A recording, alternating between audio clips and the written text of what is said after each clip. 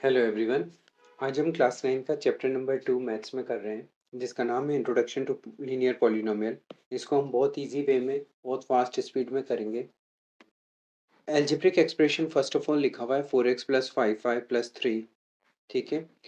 In this example 4x 5y 3 इन सबको अपन क्या बोलते हैं, टर्म्स, जहाँ पे प्लस माइनस से सेपरेट किया जाता है। 1 2 3 ये तीन टर्म्स हो गई इसको। एंड एक्स एंड वाई यहाँ पे लेटर नंबर्स, मतलब नंबर्स तो ये 4 and 5 3 कॉन्स्टेंट्स है ना। और लेटर नंबर जिसमें लेटर्स आ रहे हैं वो A to Z तक कोई भी वर्ड्स हो सकते हैं। जनरली हम इसमें एक्स एंड वाई लेंगे, तो एक्स एंड वाई को यहाँ पे लेटर नंबर्स कहा जाता है। द नंबर 4 and 5 कोफिशिएंट है एक्स एंड वाई के, तो एक्स का कोफिशिएंट देखो, एक्स का साथ जो मल्टीप्लाइड है ना, along with the sign, numerator denominator कोई भी मल्टीप्लाई के अंदर, डिवाइड के अंदर साइन के साथ में एक्स के कोफिशिएंट को कहा जाता है। तो यहाँ पे +4/1 है। y का कोफिशिएंट क्या हो गया इस केस के अंदर, +5/1। तो 4 and 5 are coefficient of x and y respectively, and 3 जो अलग से पड़ा हुआ है जिसके साथ कोई भी लेटर नंबर नहीं है उसको हम क्या बोलेंगे, डायरेक्टली कांस्टेंट बोलेंगे। From now onwards we will use a widely used alternative word. Letter number भी यूज कर सकते हैं और इसको हम वेरिएबल यूज करेंगे। Letter number and variable one and the same thing. Thus in the expression ये वाला we can say that variables कौन कौन से हैं या लेटर नंबर क्या क्या है, x and y letter numbers हैं।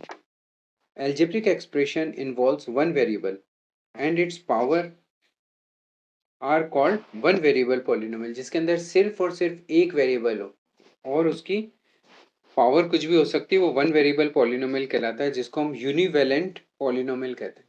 यहाँ पे हम यूनिवेलेंट नहीं लेके हम दो वेरिएबल के अंदर देखेंगे। ठीक है, बात समझ में आ गई। What is univariate? यूनिवेरिएट भी मतलब यूनि मतलब वन। तो वन वेरिएबल जो पॉलिनोमियल होता है जिसके अंदर सिर्फ और सिर्फ वन वेरिएबल हो, ठीक है, उसकी पावर कुछ भी हो सकती है, उसको अपन क्या बोलेंगे, यूनिवेरिएट पॉलिनोमियल। तो ये वन वर्ड के अंदर क्वेश्चन पूछा जा सकता है, राइट। सेकंड, इसके अंदर और कुछ टॉपिक्स हैं। The highest power of the variable उसको हम क्या बोलते हैं, डिग्री। जैसे 5x³ y² 2y - 1 इज एक पॉलिनोमियल है जिसकी डिग्री कितनी, 3। हाईएस्ट पावर y की पावर 3 है, y की पावर 2 है, y की पावर 1 है और ये कांस्टेंट है। कांस्टेंट की डिग्री को हम 1 बोलते हैं। y की यहाँ पे पावर क्या आ रही है, 1, तो इसकी डिग्री 1, इसकी डिग्री 2, इसकी डिग्री 3। तो इस पूरे पॉलिनोमियल की डिग्री क्या हो जाएगी, 3। जो हाईएस्ट पावर होती है उसको अपन क्या बोलते हैं, डिग्री। सच पॉलिनोमियल को हम क्या बोलते हैं, क्यूबिक पॉलिनोमियल, जिसकी डिग्री 2 है। जैसे हाईएस्ट पावर यहाँ क्या आ रही है, 2, तो इसको अपन क्या बोलेंगे, डिग्री 2। एंड उस पॉलिनोमियल को बोलते हैं क्वाड्रेटिक पॉलिनोमियल। जैसे ये सिंपल सी है डिग्री 1, जिसको हम लीनियर पॉलिनोमियल कहते हैं, उसके अंदर पावर, हाईएस्ट पावर क्या आएगी, 1। Now the constant 8 is polynomial of the degree 0। क्यों इसको डिग्री 0 कहा जाता है, क्योंकि अपन इसको ऐसे लिख सकते हैं 8x की पावर 0। तो 8 में देखो तुम, नंबर के अंदर वेरिएबल है ही नहीं। क्यों नहीं है, क्योंकि किसी की भी पावर क्या हो जाती है, 0 हो जाती है, तो उसको अपन 1 लिख लेते हैं। तो 8x की पावर 0, इसका मतलब 8 इंटू वन मतलब वो, सॉरी 8 इंटू वन मतलब वो 80 हो गया। तो दैट मीन्स उसकी डिग्री क्या होगी, 0। In which the power of the variable क्या हो, वेरिएबल मतलब जैसे ए बी सी डी कुछ भी, उसकी पावर हाईएस्ट क्या हो रही है, 0। सच पॉलिनोमियल को हम कांस्टेंट पॉलिनोमियल कहते हैं। तो ये अलग अलग टाइप के डिग्री के हिसाब से हमने नाम देख लिए, constant polynomial, linear, quadratic, cubic, right. Next topic है हमारा, इसके अंदर एक्सरसाइज 2.1 के अंदर डिग्री फाइंड करनी है। तो हाईएस्ट पावर बतानी है अपन को, क्या बतानी है, हाईएस्ट पावर। ठीक है, तो अपन चालू करते हैं। इसके अंदर जैसे 2x² - 5x + 3, तो इसकी हाईएस्ट पावर क्या दिख रही है, 2। तो इसकी डिग्री क्या हो जाएगी, 2। y³ + 2y 1। देखो यहाँ पे ध्यान से देखोगे, इस y³ के अंदर पावर क्या है, 3, इसकी पावर है 1 और इसकी पावर क्या है, 0। तो दैट मीन्स डिग्री क्या हो जाएगी, हाईएस्ट पावर मतलब 3। फिर -9 एक कांस्टेंट है। कांस्टेंट के अंदर डिग्री क्या होती है, 0, अभी अभी देखा था। 4z - 3 एक लीनियर दिख रहा है, इसकी डिग्री क्या दिख रही है, 1, क्योंकि इसकी हाईएस्ट पावर, यहाँ पे पावर क्या आ रही है, 1, तो इसकी हाईएस्ट पावर क्या हो गई, 1। तो ये सारी डिग्रीज इसमें अपन ने लिख दी। नाम लिखने को नहीं बोला था तो उसको लिखने की जरूरत नहीं। अगर लिखने को आए तो अपन क्या लिखेंगे, इसको बोलेंगे लीनियर, इसको बोलेंगे कांस्टेंट, इसको बोलेंगे क्यूबिक, इसको बोलेंगे quadratic, right, according to the degree हमने नाम लेके देख लिया। अब ये नेक्स्ट क्वेश्चन है, right polynomial in the degree 1 to 3। तो आप ये भी लिख सकते हो, देखो ये का ये पॉलिनोमियल, फर्स्ट 2 डिग्री का, 3 डिग्री का, ऐसे कुछ भी एग्जांपल लिख सकते हो। अपन लिख के देख लेते हैं। जिसकी डिग्री 1 है उसका अपन क्या लिख सकते हैं, 5x प्लस 3, जिसकी डिग्री 2 है उसको अपन ने जैसे दे दिया 5x square plus 3x plus 2, और जिसकी डिग्री 3 है उसमें सबसे बड़ी पावर क्या होनी चाहिए 3, तो 5x cube plus 4x square plus 3x plus 2। इसको आप ऐसे भी लिख सकते हो, कोई ज़रूरी नहीं है सिर्फ 5x क्यूब लिखोगे तो भी उसकी डिग्री 3 है। आपने दो टर्म्स लिख दिए यहाँ पे 5x cube plus 4x square तो भी उसकी डिग्री 3 है। इसकी जगह अगर आपने सिर्फ 5x स्क्वायर लिखा तो भी डिग्री 2 मानी जाएगी, और सिर्फ 5x लिख दिया तो भी डिग्री 1 मानी जाएगी। तो ये अपन ने एग्जाम्पल देके देख लिया, ठीक है। तो इसका अपन पूरा बड़ा वाला ही मान लेते हैं, तो ये वाला क्या हो जाएगा 5x क्यूब 4x स्क्वायर, ठीक है। नेक्स्ट है क्वेश्चन नंबर 3।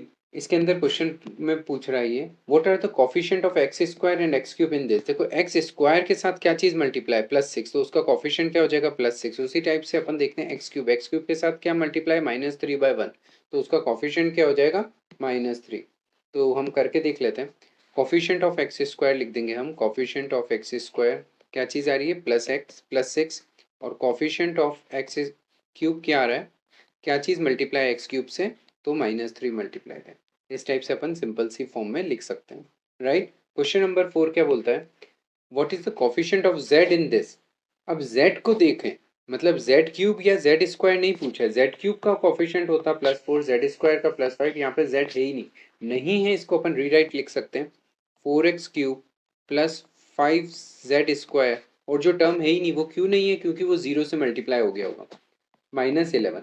तो कोफिशिएंट ऑफ यहाँ पे z क्या दिख रहा है 0। ये ध्यान रखना है जहाँ पे जो टर्म पूछी है, जैसे z पूछा है और यहाँ पे z है ही नहीं, तो दैट मीन्स उसका कोफिशिएंट हमेशा 0 होगा, क्योंकि 0 से मल्टीप्लाई होने के कारण ही वो 0 हो गया, इसलिए हमने यहाँ पे लिखा नहीं, right. What is the constant term of this. Constant term क्या होता है जिसके अंदर कोई भी वेरिएबल नहीं हो, तो ये कांस्टेंट टर्म क्या हो गया, कांस्टेंट टर्म क्या हो गया -10। इसका आंसर क्या हो जाएगा -10, जिसका कोई भी वेरिएबल से मल्टीप्लाइड नहीं है, राइट। अब एक्सरसाइज नंबर 2.2 देख रहे हैं। Find the value of linear polynomial this if x equal to 0। तो हमें इसके अंदर क्या करना है, वैल्यू फाइंड करनी है, तो दैट मीन्स इसके अंदर हमें सब्सटीट्यूट करना पड़ेगा। वैल्यू क्या करनी पड़ेगी, सब्सटीट्यूट। जैसे x इक्वल टू 0, तो जहाँ जहाँ x दिखे वहाँ पे 0 सब्सटीट्यूट करना है, -1 है तो -1 सब्सटीट्यूट करना है, और 2 सब्सटीट्यूट करना है। 3 इसके पार्ट्स हैं, बहुत इजीली हम सब्सटीट्यूट करके देखो। जैसे क्या है 0 रखना है तो अपन क्या करते हैं 5x - 3, उसकी जगह अपन क्या रख लेंगे 0, राइट। जैसे अपन ने यहाँ 0 रख दिया तो 0 × 5 कितना हो जाएगा 0, और ये क्या बच गया -3, तो 0 - 3 मीन्स -3। तो ये अपन स्टेप्स लिख दिए अपन ने 3, राइट। हाँ, -1 रखना है अपन को, तो -1 के लिए अपन क्या करेंगे, जैसे 5 ब्रैकेट -3, तो इस जगह अपन को क्या रखना है -1, तो 5 मल्टीप्लाई बाय -1 क्या हो जाएगा -5, प्लस और माइनस मल्टीप्लाई हो रहा है, ठीक है। और ये -3 था ही, -5 -3 दोनों सेम साइन है तो ऐड अप हो जाएंगे, और क्या आ जाएगा -8।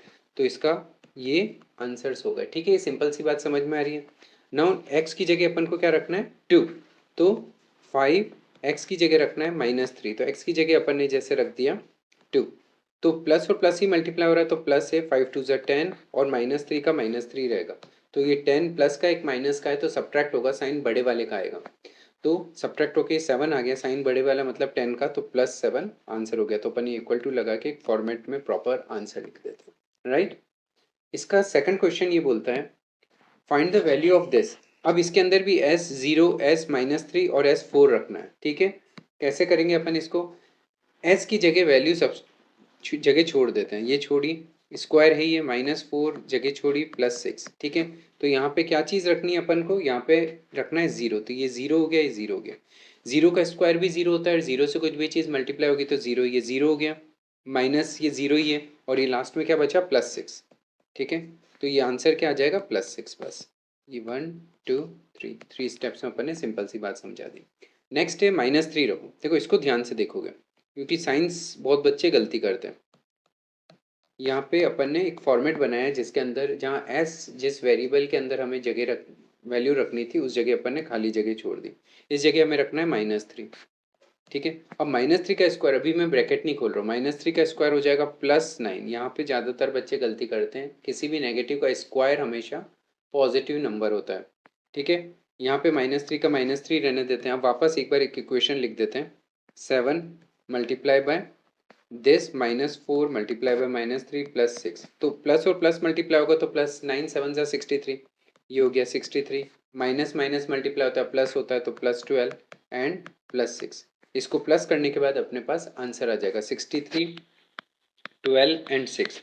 ठीक है, ये कितना हो गया 11 6 7 8 81। तो इसका आंसर कितना आ गया +81। तो यहाँ पे इक्वल टू करके एक सुंदर से फॉर्मेट के अंदर अपन इसका आंसर लिख देंगे।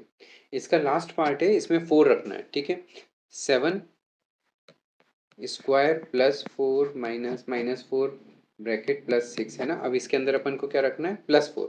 तो 4 रखना है तो अपन डायरेक्ट लिख सकते हैं 4 का कितना हो जाएगा 16।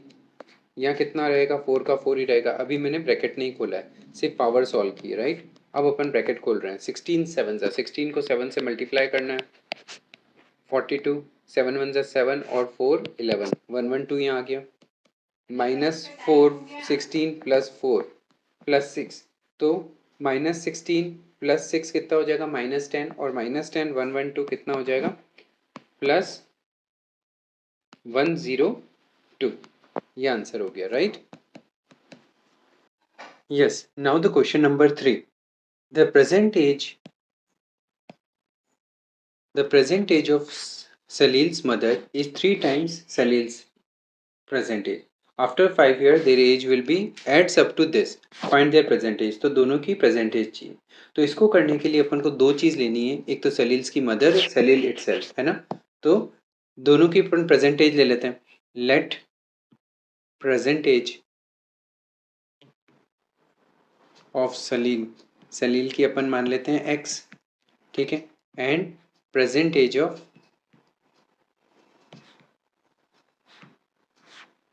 सलील्स मदर, उसकी मदर का कितना हो जाएगा। The present age of Salil's mother is 3 times Salil's. तो उसके सलील की एज से, जो सलील की एज क्या है x, तो उससे कितनी है 3 टाइम्स है, तो हम क्या कर लेंगे 3x मान लेंगे। ठीक है, सलील की एज कितनी बोली x, तो उसकी मदर की एज कितनी है 3 टाइम्स है, तो अपन 3x ले लेंगे। ठीक है, तो सिंपल सी चीज। आफ्टर 5 ईयर्स, अब 5 ईयर्स के बाद में, किसके बाद में 5 ईयर्स, 5 ईयर्स के बाद में दोनों 5 ईयर्स बढ़ेंगे। तो आफ्टर 5 ईयर्स सलील से एज कितनी हो जाएगी x + 5 और मदर से एज कितनी हो जाएगी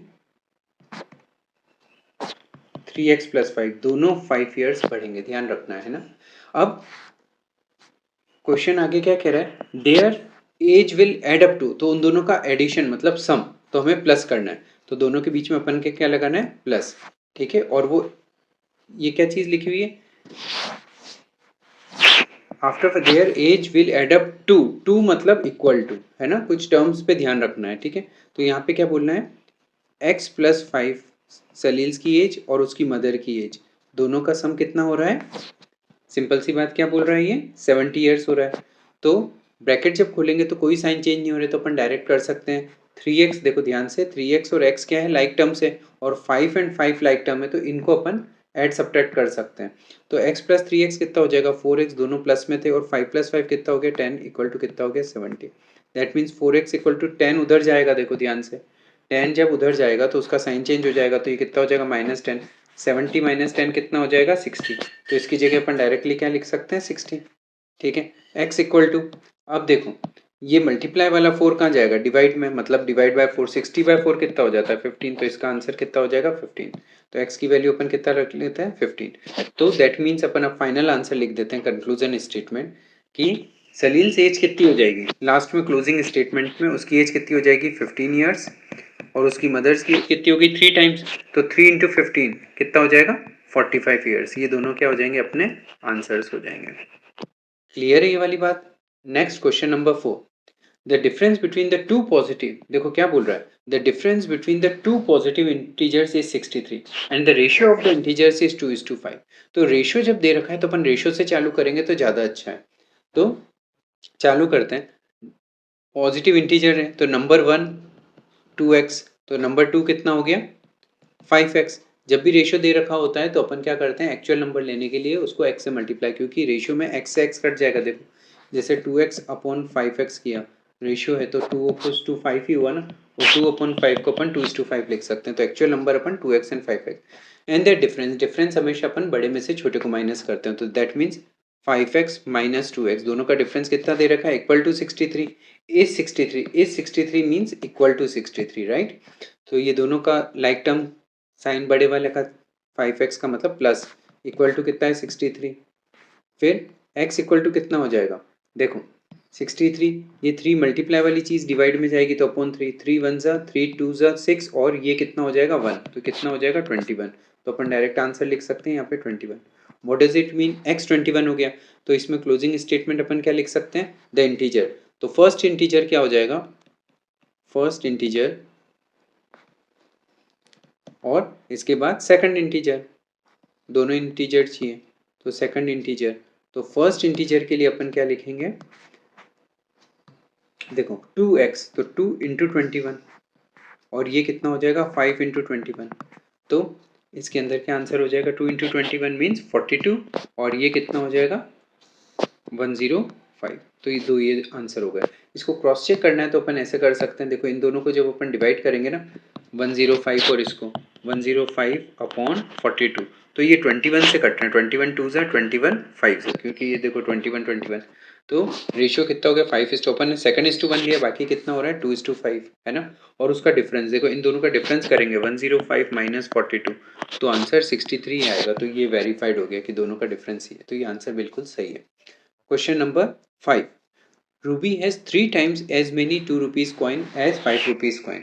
तो उसके बाद दो चीज़ें, एक 5 रुपीज़ कॉइन है, एक 2 रुपीज़ कॉइन है, उसके नंबर्स के हिसाब से ये दे रखा है, तो अपन नंबर से, क्योंकि ये पूछ रहा है कि कितने ईच टाइप के कितने कितने कॉइन्स हैं, तो नंबर का क्वेश्चन है, इसलिए अपन चालू क्या करेंगे, let number of 5 rupees coin and number of 2 rupees coin, तो इसमें रेफरेंस पॉइंट क्या मानेंगे 5 रुपीज़ कॉइन, क्यों, क्योंकि 5 रुपीज़ कॉइन कम है, 2 रुपीज़ कॉइन 5 रुपीज़ कॉइन से कितने 3 टाइम्स है, तो लिखते हैं अपन नंबर ऑफ, क्या लिखेंगे 5 रुपीज़ कॉइन, 5 रुपीज़ कॉइन कितने हो रहे हैं, x मान लिया, therefore number of 2 rupees coin है ना, ये रुपीज़ है,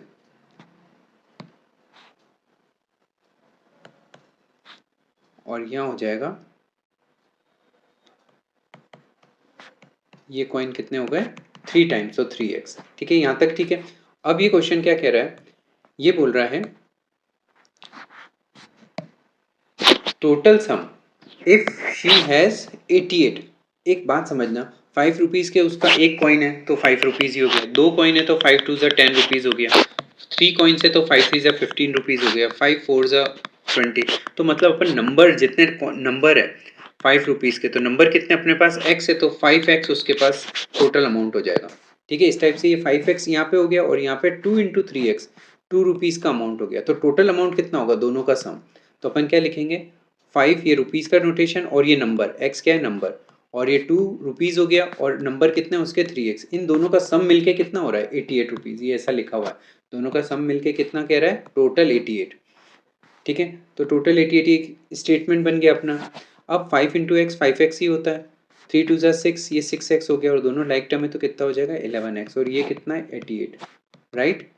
अब x इक्वल टू कितना हो जाएगा 8, कैसे हुआ, देखो मल्टीप्लाई वाला 11 कहाँ जाएगा डिवाइड में, तो 88 अपॉन 11, 11 1 जा 11 8 जा, तो 8/1 मीन्स 8 आ रहा है। अब क्लोजिंग स्टेटमेंट लिखना है अपन को, तो क्लोजिंग स्टेटमेंट में अपन क्या लिख देंगे, नंबर ऑफ कॉइन्स ही पूछ रहा है ना, how many coins does she have each type, तो नंबर ऑफ 5 रुपीज़ कॉइन, तो अपन यहाँ पे पूरा लिखेंगे number of 5 rupees coin equal to x means 8 ही हो गया, और दूसरा कितना है 3 इंटू 8, 3 इंटू 8 कितना हो गया 24, तो एक आंसर हो गया 8 और एक आंसर हो गया 24, ठीक है, इस टाइप से अपना ये क्वेश्चन कंप्लीट हो गया। नेक्स्ट है question number 6, a farmer cuts, कितना क्या कट कर रहा है, a farmer cuts 300 feet fence into 2 piece, तो 300 को वो दो पार्ट में डिवाइड कर रहा है, ठीक है, तो यहाँ पर x और दूसरा कितना हो जाएगा 300 माइनस एक्स, ऐसे भी चालू कर सकते हैं। The longer piece is 4 times the shorter piece, तो अपन यहाँ से भी स्टेटमेंट चालू कर सकते हैं, वो भी इजी रहेगा। देखो दोनों टाइप से अपन समझ के देखते हैं, दो पीसेज हैं, तो यहाँ क्या बोल रहा है 4 टाइम्स, तो शॉर्टर पीस की अपन लेंथ मान लेते हैं, शॉर्टर पीस बी x, ठीक है, तो लॉन्गर कितना हो जाएगा, longer piece will be 4 times, तो 4x हो गया। और ये कह रहा है 300 फीट को 2 पीस में बांटा है, मतलब 300 टोटल, तो दोनों का सम कितना हो जाएगा, दोनों का सम 300 हो जाएगा। इस टाइप से कह रहा है, उसको ही 2 टुकड़े किए, तो अपन क्या लिख सकते हैं, x plus 4x equal to कितना हो जाएगा 300। दोनों लाइक टर्म में 5x हो गया 300, और x इक्वल टू कितना हो गया 300 अपॉन 5।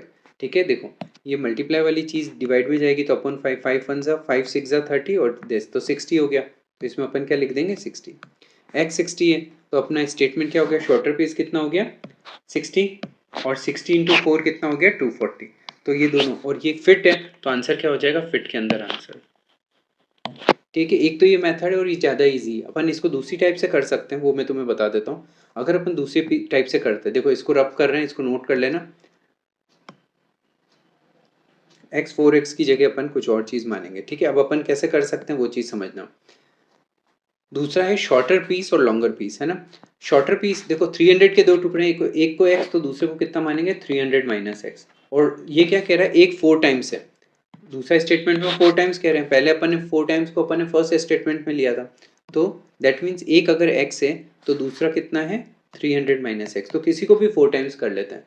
अपन को इजी क्या रहेगा, इस साइड से शॉर्टर को अपन ने किया, तो शॉर्टर वाला दोनों इक्वल करने हैं, तो लॉन्गर वाला बड़ा है, तो शॉर्टर से 4 टाइम्स करना पड़ेगा, है ना, ये ध्यान रखना पड़ेगा। देखो वापस समझो, जैसे किसी की लेंथ है 5 और एक की 20, तो दोनों को इक्वल करना है, तो शॉर्टर वाले को अपन 4 टाइम्स करना पड़ेगा, तभी दोनों चीज इक्वल आएगी, ध्यान रखना हमेशा। लॉन्गर बड़ा होता है, बट मल्टीप्लाई किससे करना पड़ेगा, शॉर्टर से। ये हो जाएगा 4x, माइनस एक्स को अपन उधर भेज देंगे तो क्या हो जाएगा प्लस एक्स। ठीक है, समझ में आ रहा है, प्लस वाली चीज उधर माइनस, माइनस वाली चीज प्लस, 300 वहीं का वहीं है, तो उसका कोई साइन चेंज नहीं होगा। ठीक है, ये हो गया 5x, 300 ही है। अब 5 डिवाइड में जाएगा। ठीक है, कैसे करेंगे इसको, 300 अपॉन 5, 5 वन ज़ा, और ये 6 और 0, तो 60 हो गया, वापस वही चीज़ आंसर आ रही है, तो ये 60। तो इधर आंसर कितना हो गया, इसमें क्लोजिंग स्टेटमेंट ये कितना हो गया 60, 300 में से 60 माइनस करेंगे तो 240, और ये फिट आंसर, तो आंसर सेम आएंगे। ठीक है, बट वे ऑफ डूइंग अलग होगा। ठीक है, तो इसमें ज़्यादा बेटर था फर्स्ट मेथड जो मैंने तुम्हें सिखाया था, तो उसी को नोट रखना, तो ज़्यादा आसानी से तुम आंसर दे पाओगे। अब क्वेश्चन नंबर 7th क्वेश्चन कह रहा है, ये लास्ट क्वेश्चन भी है, if the length of the rectangle is 3 more than twice its width. देखो बहुत कुछ दे रहा है, तो विड्थ रेफरेंस पॉइंट लेना ज़्यादा बेटर रहेगा, तो लेंथ ऑफ, क्या लिखेंगे, लेंथ ऑफ विड्थ, चालू अपन लेंथ ऑफ विड्थ से कर लेते हैं, बी एक्स। ठीक है, उसको एक्स माना, तो सॉरी ये उल्टा मान लिया अपन ने, इसको क्या मानेंगे अपन, ब्रेथ को, क्योंकि रेफरेंस पॉइंट अपन छोटे वाले को लेते हैं, तो विड्थ लेट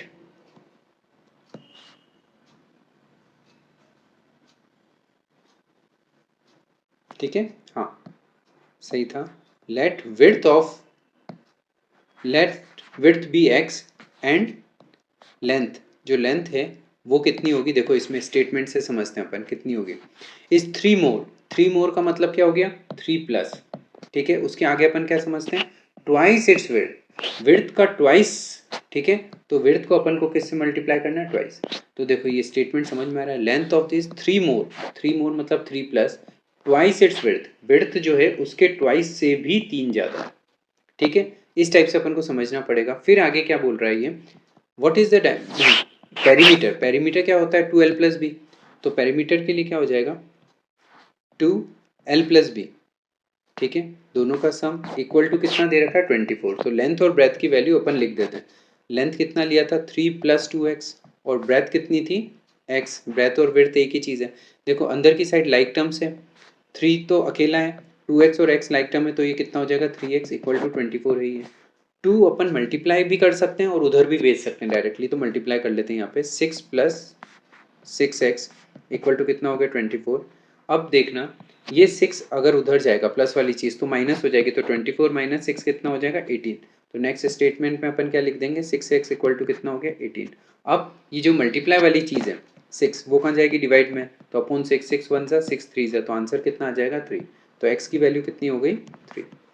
तो अपना क्लोजिंग स्टेटमेंट यहाँ पे आ जाएगा कि x कितना हो गया 3, और ये सब यूनिट सेंटीमीटर है, और ये कितना हो जाएगा 3 का 2 टाइम्स। ठीक है, 6, ध्यान से देखो ये हो रहा है 3 प्लस 2x, तो 3 प्लस 2 इंटू 3, 2 इंटू 3 6 प्लस 3 ये 9 हो गया। तो इसमें अपन क्या लिख सकते हैं, ये कितना हो गया 9 सेंटीमीटर। तो ये अपने पास लेंथ और विड्थ आ गई दोनों की, डायमेंशन ही पूछी थी। इस टाइप से अपन सॉल्व कर सकते हैं। अच्छा मैं दूसरा मेथड भी तुम्हें कह रहा था, तो उस टाइप से भी कर सकते हो, जो तुम्हें सही लगे वो करना है।